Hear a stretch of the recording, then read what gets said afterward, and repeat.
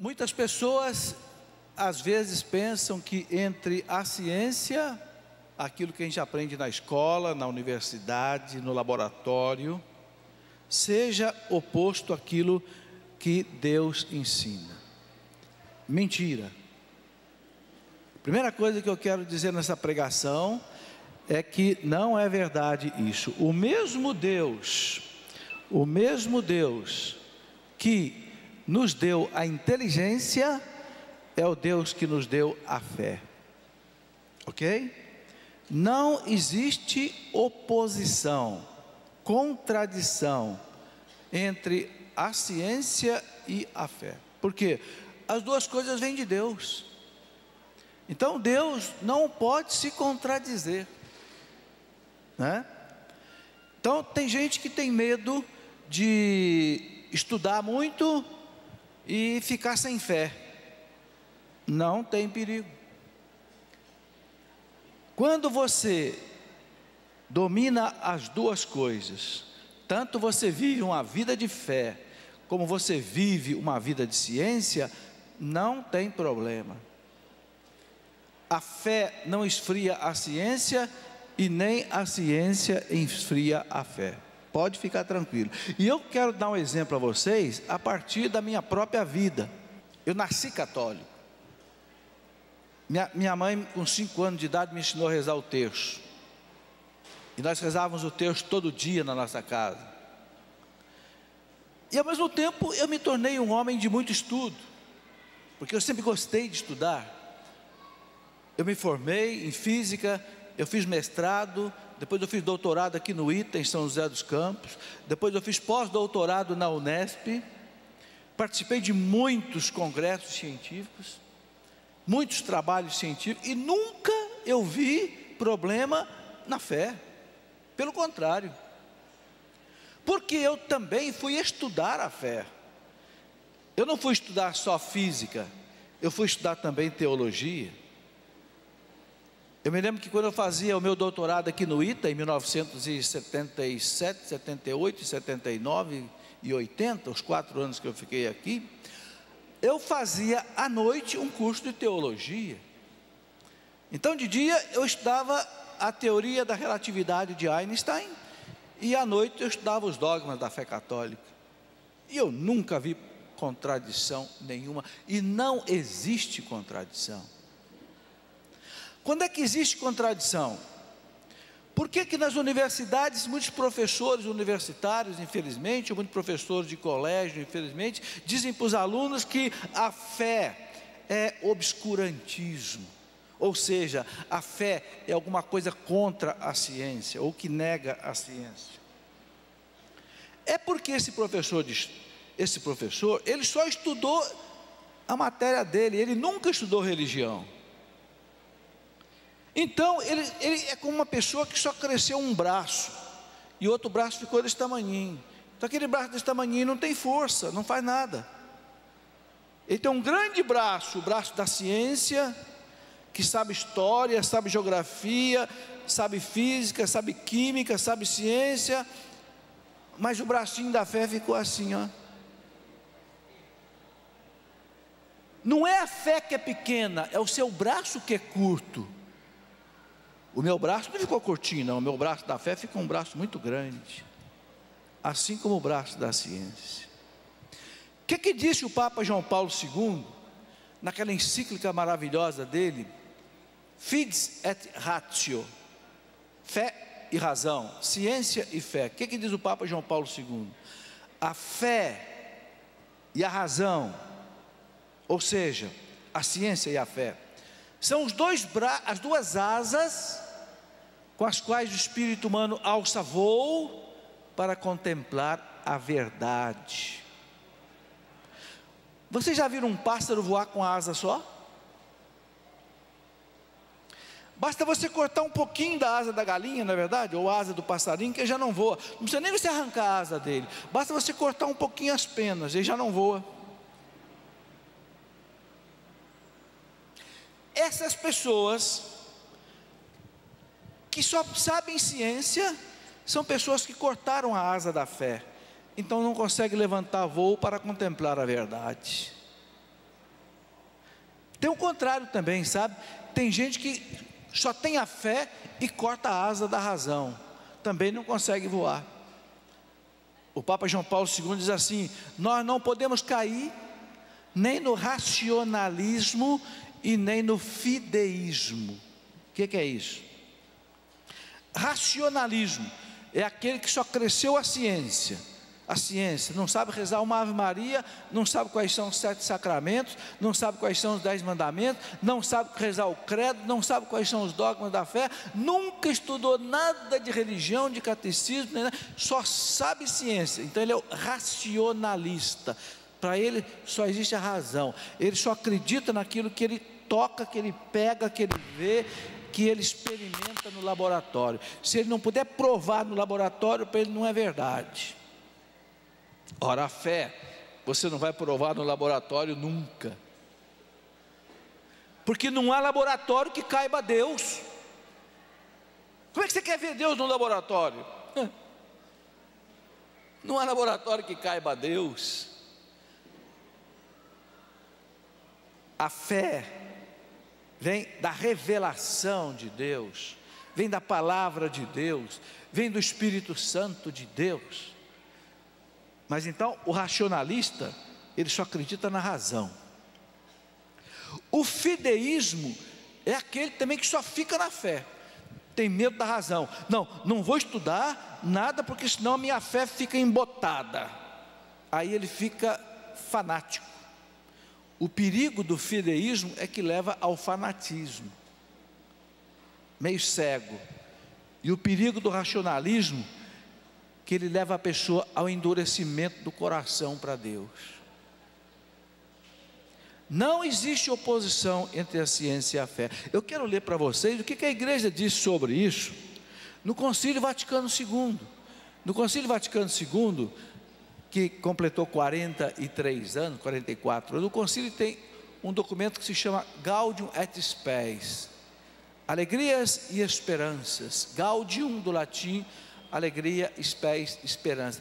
O concílio disse assim: olha, se a pesquisa metódica em todas as ciências proceder de maneira verdadeiramente científica e segundo as leis morais, na realidade nunca será oposta à fé. Tanto as realidades profanas quanto as realidades da fé originam-se no mesmo Deus.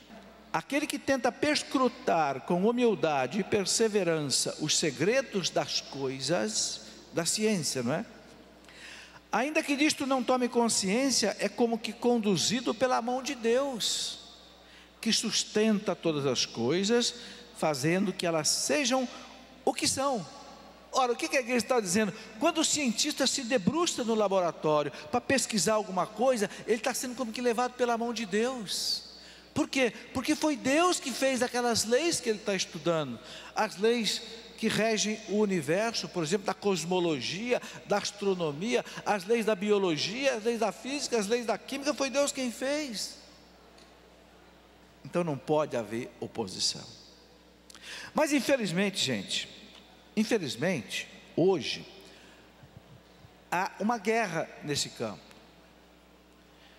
Infelizmente, aqueles que não querem seguir a religião, e não querem por quê? Porque a religião é exigente. Vocês entenderam? Se eu disser para você, não, eu sou católico, eu sou cristão, opa, peraí, eu não posso fazer qualquer coisa. Eu não posso me divorciar, eu não posso adulterar, eu não posso beber, eu não posso sair por aí falando palavrão, eu não posso ser pornográfico, porque eu carrego um Cristo no peito. Então, não convém ser cristão, porque ser cristão é muito exigente, a moral cristã é muito exigente. Não pecar contra a castidade, ai que coisa dolorosa. Não matar, não roubar, como? Não vou tirar meu dinheirinho lá não, naquela corrupçãozinha lá que está abrindo as portas para mim, como é que eu vou pegar? Como é que eu vou ser cristão se a lei de Deus diz não roubar? E eu lá na minha política, lá na minha empresa, eu tenho um jeitinho fácil de... não convém ser cristão, não. Tem uma piada que diz assim, né? Que Moisés ofereceu as 2 tábuas da lei com os 10 mandamentos. É uma piada, né? Mas você sabe que atrás da piada sempre tem um fundinho de verdade, né? Moisés ofereceu as tábuas da lei para os americanos. Vocês querem as 2 tábuas da lei? Aí os americanos dizem assim, mas o que está escrito aí? Está escrito aqui: não adulterar, não pecar contra a castidade, não roubar, não matar. Não quero não, leva esse negócio embora, está muito difícil. Aí ofereceu para os russos: vocês querem essas 2 tábuas aqui? O que está escrito aí? Honra o pai e a mãe, não levanta falso testemunho, não fala mal dos outros, não calunia os outros, né? Não cobiçar as coisas alheias. Não, leva esse negócio embora, quero não, está muito difícil. Aí diz que ofereceu para os judeus: vocês querem as tábuas da lei? Aí diz que eles perguntaram: custa quanto? É de graça. Então dá 2 de uma vez. Dá 2. É uma piada, não é?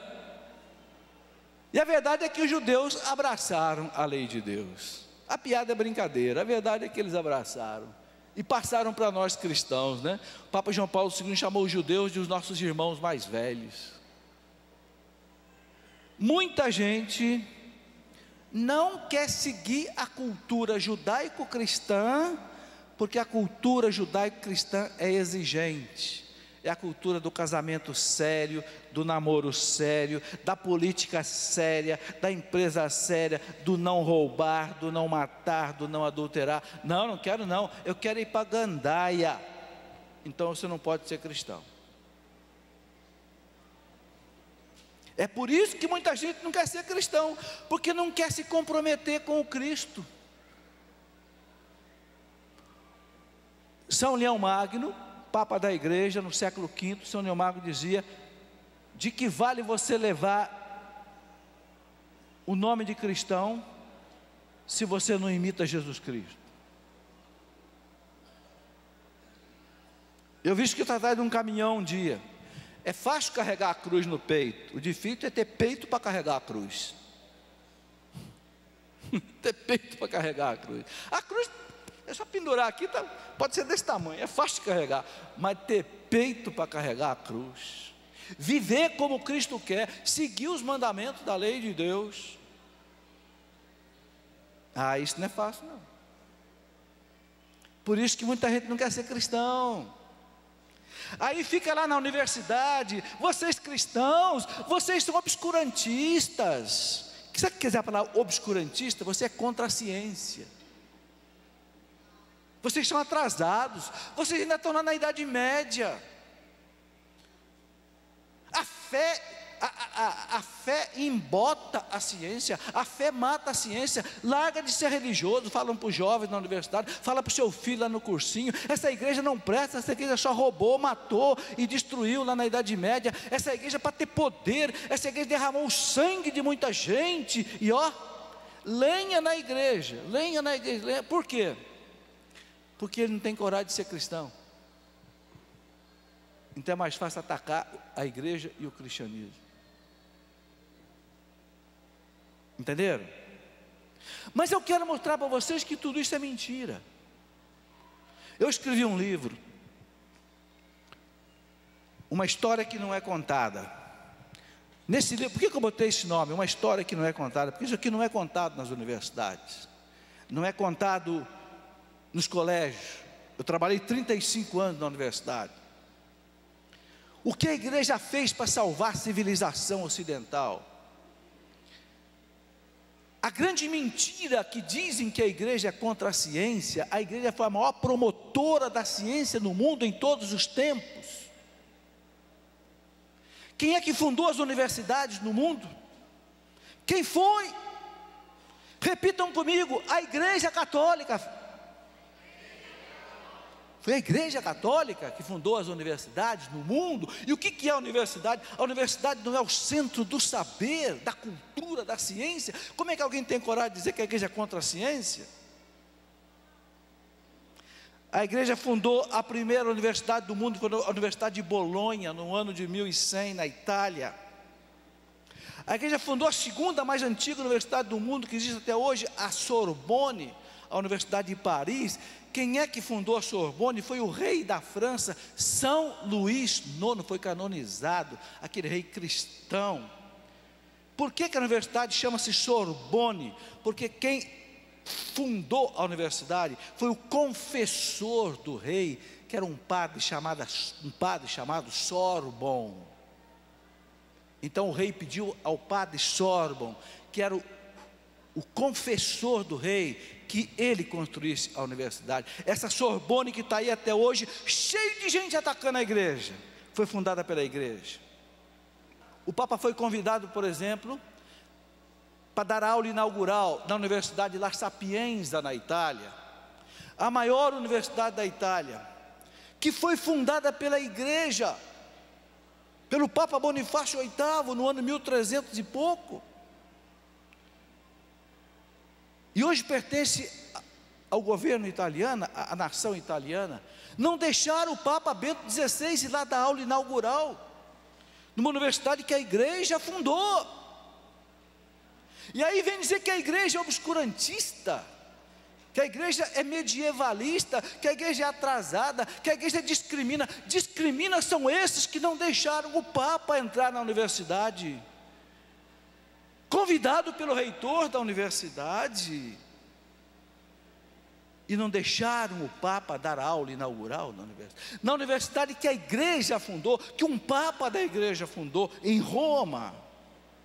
Obscurantistas, atrasados, maquiavélicos, são esses professores e alunos que ocuparam a reitoria da Universidade de La Sapienza e não deixaram o Papa pregar. Um Papa que é doutor 3 vezes, um Papa que tem 3 doutorados. Quem é que tem coragem de dizer que esse Papa é um Papa obscurantista?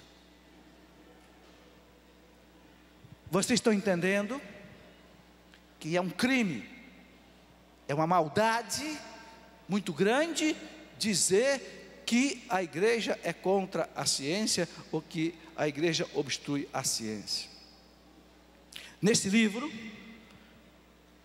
que não é pequeno, eu mostro o que a igreja fez de ciência no mundo. As universidades, já falei, Bolonha, a Universidade de Sorbonne, La Sapienza na Itália, Coimbra em Portugal, Oxford na Inglaterra, Salamanca na Espanha. Quem é que fez? A Igreja Católica. E alguém tem coragem de dizer na universidade que a igreja é contra a ciência, contra a fé? É maldade, é um jogo para tentar destruir a igreja, para tentar mostrar para o seu filho que a igreja é atrasada, é obscurantista, é retrógrada. Mentira, a história desmente. A história desmente. Eu gostaria de ler para vocês o que alguns grandes homens da ciência disseram da fé. Grandes homens, homens que foram prêmio Nobel, por exemplo, de física, de química, de biologia, de zoologia. Alguns deles disseram, por exemplo, vou citar aqui alguns. Vocês já ouviram falar de Isaac Newton, a lei de Newton, lá da física, não é? Newton é de mais ou menos do ano de 1600 e pouco. Isaac Newton, francês, ele descobriu a lei básica da mecânica. É por causa da lei de Newton que o homem conseguiu chegar à lua. Newton diz assim: a maravilhosa disposição e harmonia do universo só pode ter origem segundo o plano de um ser, com S maiúsculo, que tudo sabe e tudo pode. Tudo sabe e tudo pode, Deus. Isto fica sendo a minha última e mais elevada descoberta, ou seja, Deus. Isaac Newton. Alexandre Volta foi aquele que descobriu a pilha, inventou a pilha que nós usamos. Físico italiano, descobridor da pilha elétrica, inventor cujo nome deu origem ao termo voltagem. Voltagem que vem de volta, é o nome dele. Ele disse o seguinte: submeti a um estudo profundo as verdades fundamentais da fé, e deste modo encontrei eloquentes testemunhos que tornam a religião acreditável a quem use apenas a razão. Está aí, volta. Acredito na religião usando a razão. André-Marie Ampère. Quem foi André-Marie Ampère? Foi aquele que descobriu uma das leis mais importantes do eletromagnetismo, a chamada lei de Ampère. Quem já estudou física sabe disso. Daí vem a amperagem de corrente elétrica. É esse francês, né? André-Marie Ampère, que descobriu. Físico, matemático francês. Ele disse o seguinte: ele era um homem religiosíssimo, o Ampère. Acho que vocês conhecem, já ouviram falar, né, de Frederico Ozanam, que é o fundador dos Vicentinos, da Sociedade de São Vicente de Paulo. O Ozanam era um aluno da Universidade da Sorbonne, na França, onde o Ampère também era professor, famoso da Universidade da Sorbonne, porque o Ampère tinha descoberto a lei, que hoje se chama Lei de Ampère. Um dia, o Frederico Ozanam entrou na Catedral de Paris, a Catedral de Nossa Senhora, a Notre-Dame de Paris, e o Frederico Ozanam era um estudante de Direito, e ele viu ali aquele homem famoso, de joelho, rezando o terço, o André-Marie Ampère, que ele sabia que era o maior físico que a universidade tinha. O Ozanam naquela hora ficou de boca aberta, e o Ozanam se converteu, e o Ozanam se tornou hoje já canonizado pela igreja, porque ele viu o André-Marie Ampère, o grande físico da Sorbonne, dentro da Catedral de Notre-Dame de Paris, rezando o terço. O que diz o Ampère? A mais persuasiva demonstração da existência de Deus depreende-se da evidente harmonia daqueles meios que asseguram a ordem do universo, e pelos quais os seres vivos encontram no seu organismo tudo aquilo de que precisam para a sua subsistência, a sua reprodução e o desenvolvimento das suas virtualidades físicas e espirituais. Uma declaração de fé em Deus. E aqui, gente, eu tenho muitos e muitos testemunhos. Eu só não vou passar esses testemunhos todos por causa do nosso tempo aqui. Seria para um encontro quase que de um final de semana. Mas eu quero ler mais alguma coisa, porque vocês conhecem alguns nomes desses cientistas. Nas escolas vocês já ouviram falar de vários deles. Vamos pegar aqui, por exemplo, um que é muito conhecido, um da psicologia. Vou sair um pouco do meu campo, que é a física. Vamos pegar, por exemplo, Carl Gustav Jung. Todo mundo da psicologia conhece o Jung. O Jung foi discípulo de Freud. Freud era ateu, materialista, inimigo de Deus, inimigo da igreja.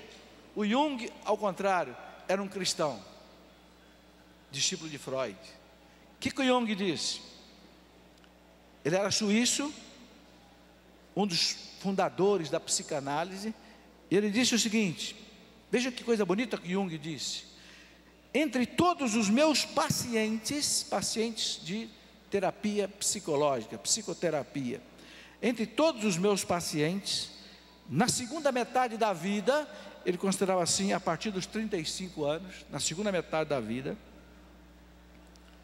não houve um sequer cujo problema mais profundo não fosse constituído pela questão da sua atitude religiosa. Todos, em última instância, estavam doentes por terem perdido aquilo que uma religião viva sempre deu aos seus adeptos. E nenhum se curou realmente sem recobrar a atitude religiosa que lhe fosse própria. O que o Jung está dizendo? Jung foi discípulo de Freud, ambos fundadores da psicanálise. O Jung diz: de todos os meus pacientes,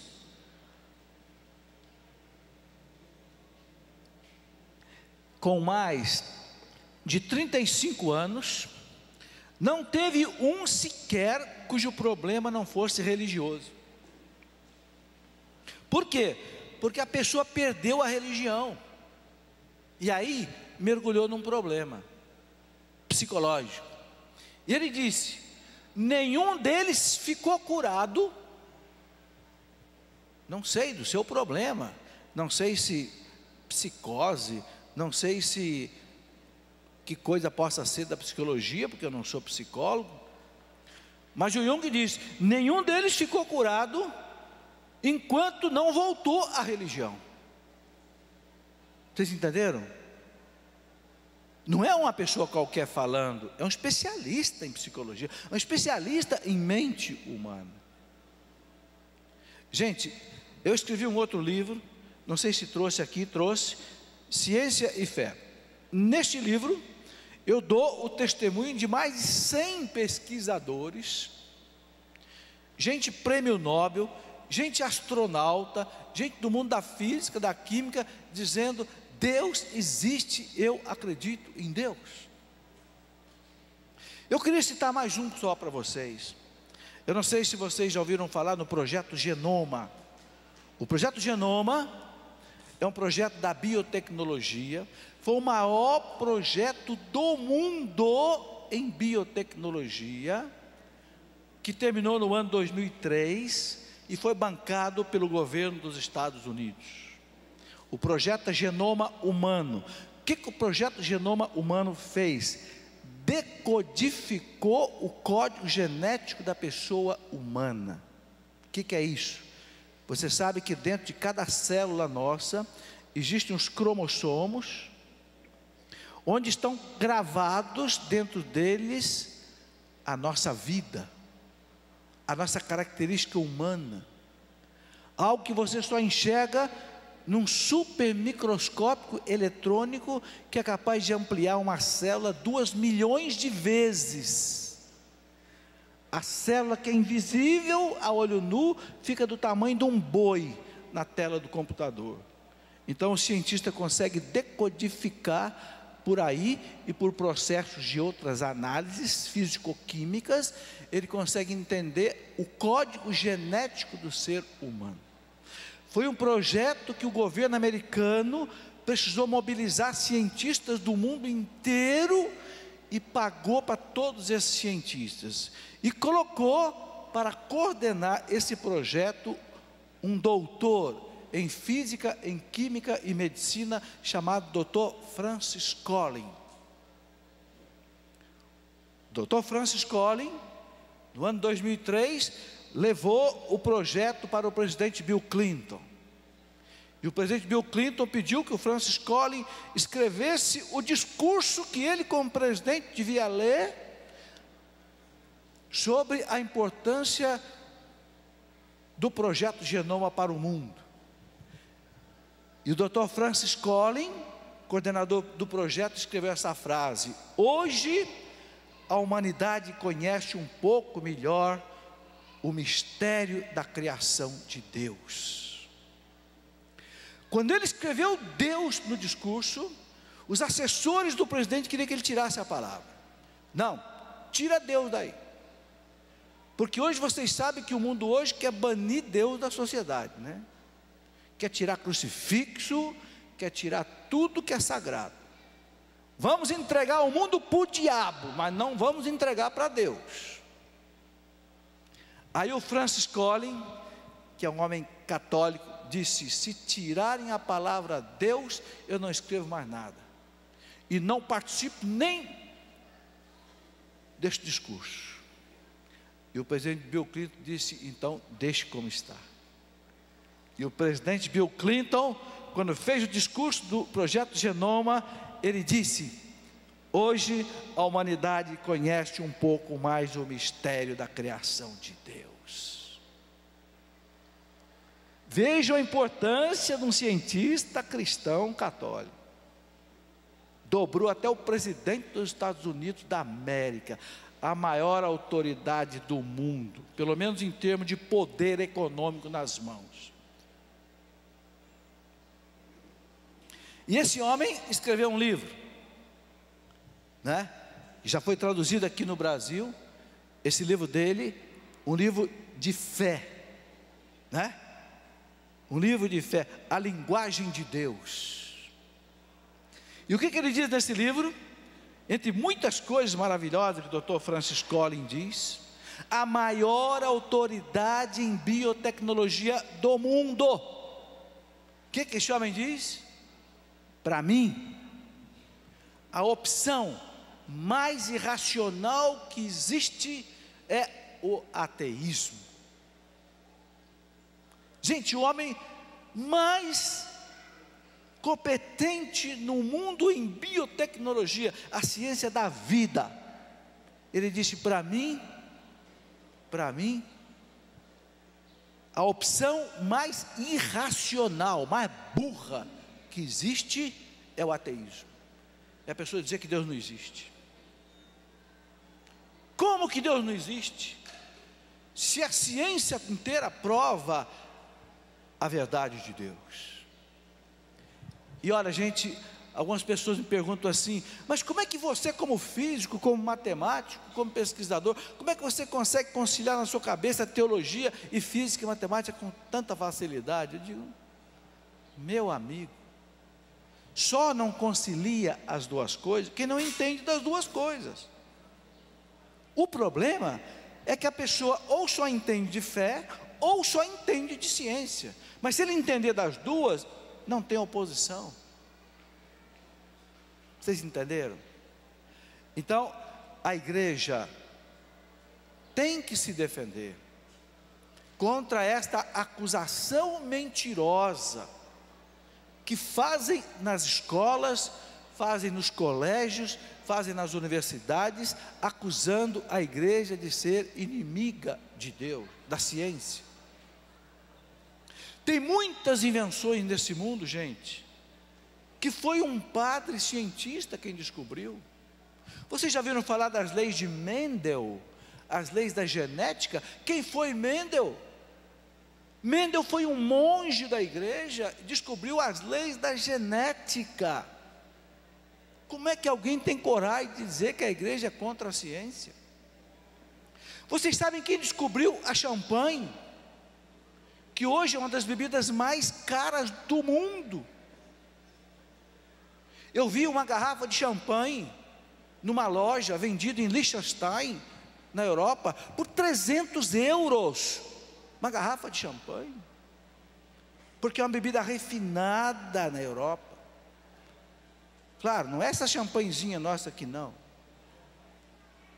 Mas a champanhe francesa, a champanhe... Sabe quem inventou a champanhe a partir do vinho? Foi um padre, cientista da igreja. Sabe quem inventou o relógio? Foi um padre, cientista da igreja.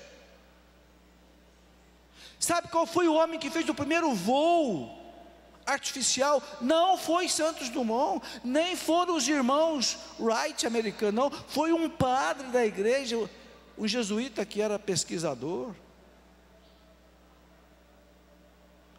Se você não estiver acreditando nisso,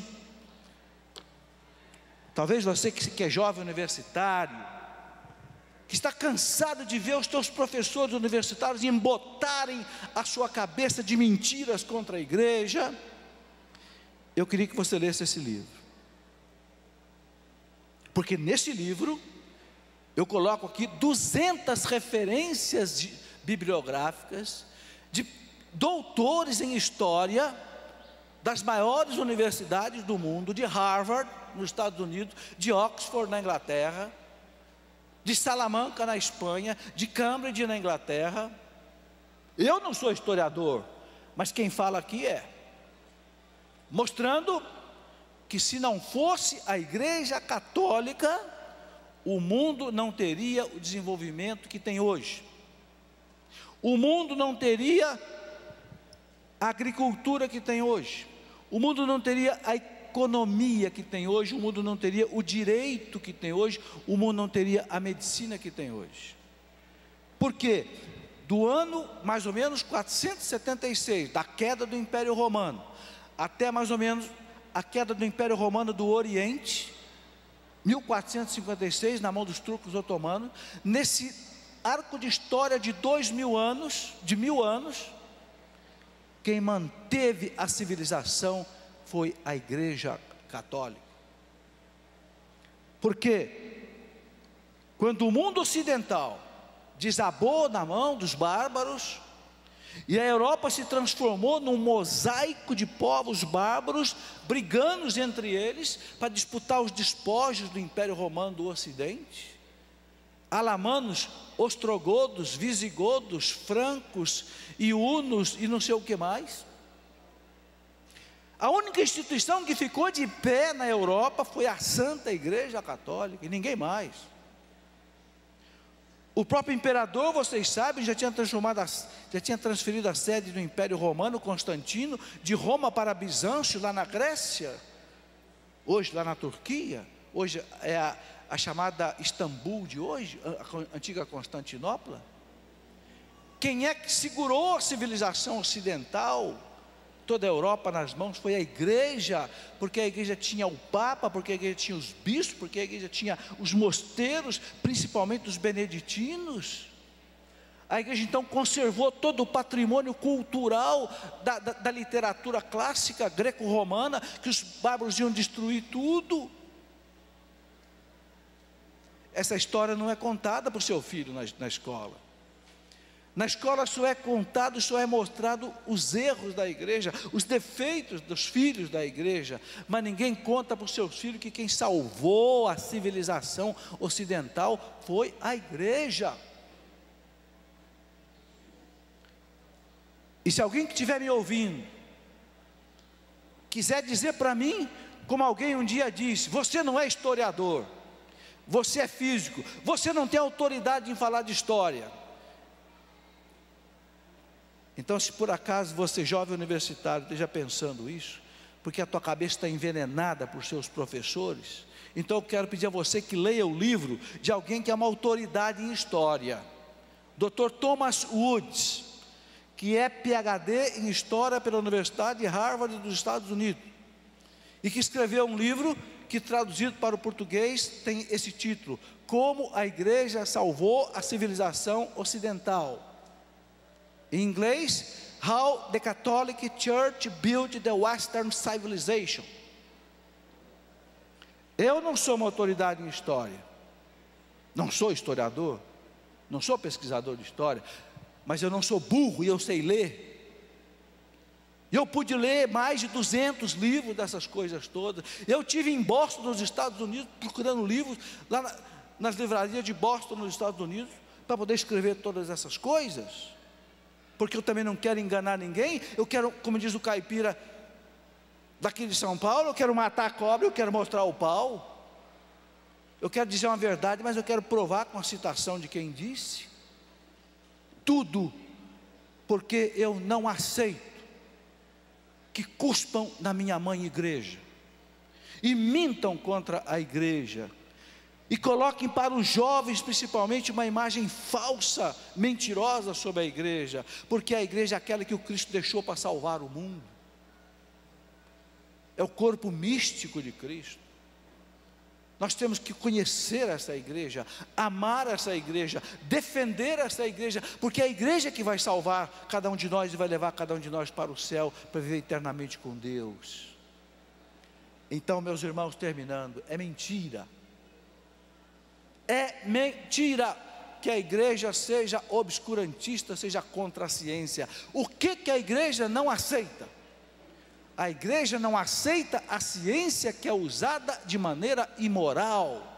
Isso a igreja não aceita. A igreja não aceita que você faça uma pílula do dia seguinte para que a menina viva um ato sexual e depois aborte a criança sem saber até que abortou. Isso a igreja não aceita. E porque a igreja não aceita, querem sufocar a igreja, dizer que a igreja é contra a ciência. A igreja não é contra a ciência, a igreja é contra o mau uso da ciência. Vocês já viram a igreja falar que é contra o avião, que é contra o computador, que é contra o celular? Você não viu a igreja falar isso nunca, e a igreja nunca vai falar isso, porque estão sendo usados de maneira correta. Mas, meu irmão querido, quando você usa a ciência para matar, a igreja não pode concordar. Quando você quer fazer aborto, eutanásia e destruir embriões que são seres humanos, a igreja tem que dizer não, não a esta ciência. A igreja não está dizendo não à ciência, a igreja está dizendo não ao mau uso da ciência, ao uso imoral da ciência. É isso que a igreja tem que dizer. E por que o mundo quer viver nessa imoralidade? E por que o mundo quer aprovar o aborto, quer aprovar a eutanásia, quer aprovar a destruição de embriões? Então esse mundo quer destruir a igreja. Porque a igreja hoje é a única instituição que ficou de pé diante de toda esta avalanche de imoralidade. Os nossos bispos têm coragem de dizer não. Não, a igreja não pode aceitar isso. E o que está acontecendo aqui na nossa América Latina? O seu Hugo Chávez na Venezuela brigou com os bispos e fundou uma igreja católica reformada, que não tem nada mais de católica. O seu Rafael Correia no Equador, que está de briga com os bispos também, porque ele quer aprovar uma constituição que aprova o aborto, que aprova o casamento de homossexuais, e os bispos estão dizendo lá no Equador, não. Então o senhor Rafael Correia está de briga contra a igreja na Inglaterra, no Equador. Meus irmãos, nós somos igreja, nós temos que estar do lado da igreja. É fácil carregar um crucifixo no peito, mas o mais difícil e mais importante é ter peito para carregar esse crucifixo. Quem não tiver coragem de defender aquilo que Jesus Cristo defende, quem não tiver coragem de defender aquilo que a igreja defende, por favor, tira o teu crucifixo do peito, ponha ele na gaveta, é mais coerente. Mas eu sei que vocês são corajosos, porque vocês têm o Espírito Santo dentro de vocês. Amém. Deus seja louvado.